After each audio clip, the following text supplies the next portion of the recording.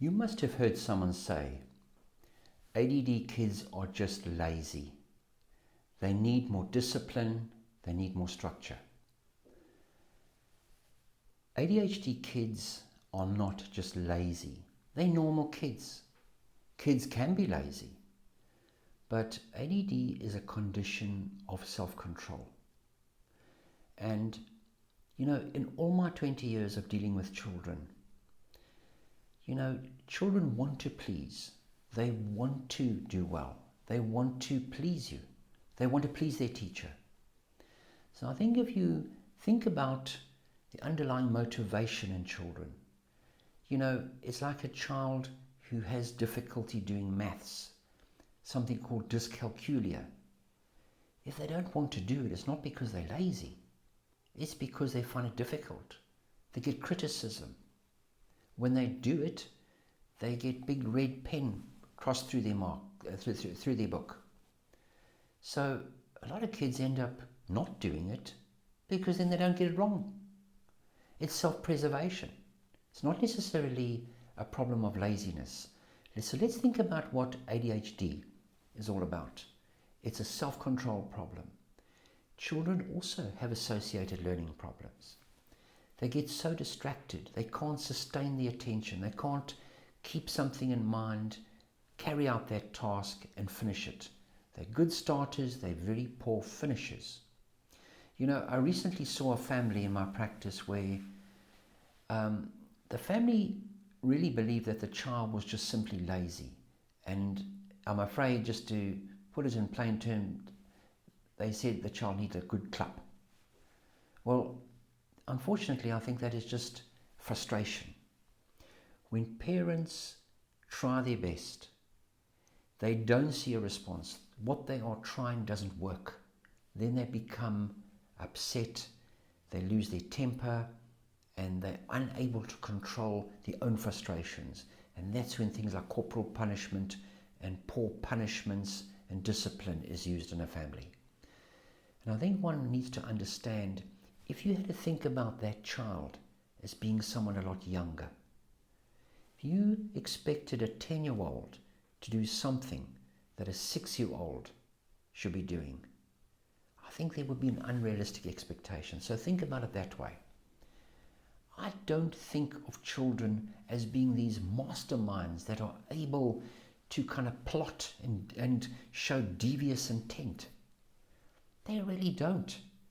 They're too caught up in the moment. They're too caught up in what's happening immediately in front of them. So let's unpack and think about some of these things that could possibly be misconstrued as laziness. The ADHD brain makes it harder for children to do chores and tasks. And one way you can help them is break things up into smaller tasks. Make the consequences and the rewards immediate so that they can see the immediate benefit. All of us get up out of bed and we work towards a goal. And children with ADHD are no different. Remember, they can also be normal kids. So imagine a scenario where you've walked into the kitchen and find your child sitting down with all their mates. Instead of what you've just asked them to do, like unload the dishwasher, put their books away, and of course you lose it, you're instantly annoyed. This is your child's only regular chore, and you've given them multiple reminders to get it done. The same thing happens with homework and other tasks that take effort but aren't much fun. This is a major problem. So how can you get around that? How can you avoid that? How can you change that behavior? You can't help but think your kid is just lazy. And unfortunately, others also think so. One of the comments is, just try harder. But the myth of laziness impacted your child's ADHD, and that leads to poor self-esteem. People often mistakenly see kids with ADHD, and that is teachers included, family, friends, and particularly older generation, where ADHD wasn't part of the upbringing. They just think of them as lazy. So what can parents and family members and peers and teachers do? I think a lot of what it takes is to understand that if you make things real in the moment, ADHD is a doing problem, it's not a knowing problem. I'm afraid less yakking and more acting, more particular structure, visualization, reminders, making sure that you give one thing at a time. You need to act as their self-control. Children with ADHD also struggle with the executive functions. And that, remember, is the self-control part of the brain. Paying attention, organizing, planning, starting, staying focused, keeping track of what they're doing. So unloading the dishwasher is quite a complex task. There are lots of processes. Sometimes they just feel overwhelmed and then give up. Like starting their homework and just disappearing. It's not because they're trying to avoid it. They actually can't sustain that overwhelming part of their brain that says this is just too much. They're unable to slice it up, put it into little order, like doing a book review, a very complex task.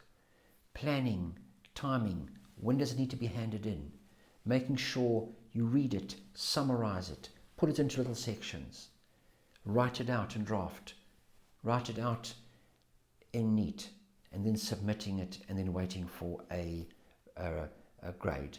These are complex things. Anxiety is also part of the problem.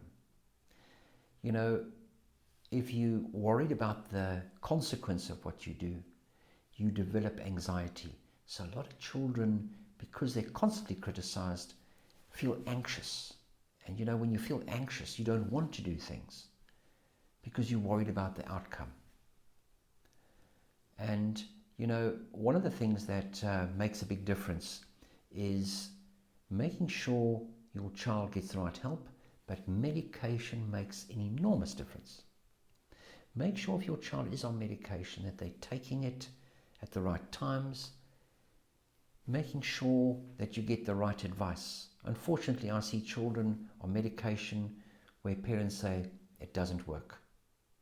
They're often on the wrong medicine. They don't take it at weekends. They don't take it all the time. ADHD is not a school problem. It's not a problem just for homework. It's a life problem. Those are things that I deal with every day and can help you with.